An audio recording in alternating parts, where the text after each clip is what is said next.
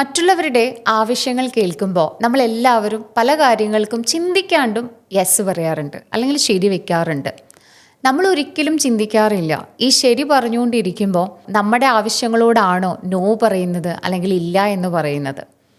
When you say yes to others, make sure you are not saying no to yourself. Paulo കൊയ്ലോയുടെ വളരെ മനോഹരമായിട്ട് പറഞ്ഞ ഒരു കോട്ടാണിത്. മറ്റുള്ളവരെ സന്തോഷിപ്പിക്കാൻ വേണ്ടി ഓരോ യെസ്സിൻ്റെ പിന്നിലും നമ്മുടെ ബൗണ്ടറീസ് നഷ്ടപ്പെടുന്നുണ്ടോ എന്ന് നമ്മൾ ചെക്ക് ചെയ്യണം. നമ്മുടെ മനസ്സിൽ തോന്നുന്ന ചില ശബ്ദങ്ങളുണ്ട്, അതായത് നമ്മുടെ തന്നെ ഇന്നർ വോയിസ്. നമ്മൾ യെസ് പറയുമ്പോൾ ചിലപ്പോൾ നമുക്ക് ചില നീരസങ്ങളൊക്കെ തോന്നാം, അല്ലെങ്കിൽ ഇത് വേണ്ട, ഇത് എൻ്റെ നോയാണ് എന്നൊക്കെ. പക്ഷേ മറ്റുള്ളവരെ സന്തോഷിപ്പിക്കാനും പ്ലീസ് ചെയ്യാനും നമ്മളത് ഒരു യെസ്സാക്കി മാറ്റാറുണ്ട്. അത് അവസാനം നമ്മളെ തന്നെ ഒരു ദുഃഖത്തിലേക്ക് ആഴ്ത്തും എന്നുള്ളതാണ്. ബൗണ്ടറീസ് വെക്കുന്നത് സ്വാർത്ഥതയല്ല, അത് സെൽഫ് റെസ്പെക്റ്റ് ആണെന്നും സെൽഫ് കെയർ ആണെന്നും മനസ്സിലാക്കണം.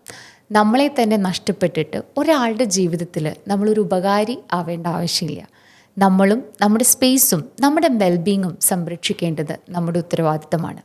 മറ്റുള്ളവരെ സ്നേഹിക്കുമ്പോഴും നമ്മളെ മറന്നു പോകാനായിട്ട് നമുക്ക് പാടില്ല എന്നുള്ളതാണ്. നമുക്ക് മുമ്പും ആരുമില്ല. അതിൻ്റെ അർത്ഥം നമ്മൾ സെൽഫിഷായി എന്നുള്ളതല്ല, നമ്മളെ കുറച്ചും കൂടി കരുതലോട് നോക്കുന്നു എന്ന് മാത്രം. കാരണം നമ്മളെ നോക്കാൻ നമ്മൾ മാത്രമേ ഉണ്ടാവുകയുള്ളൂ.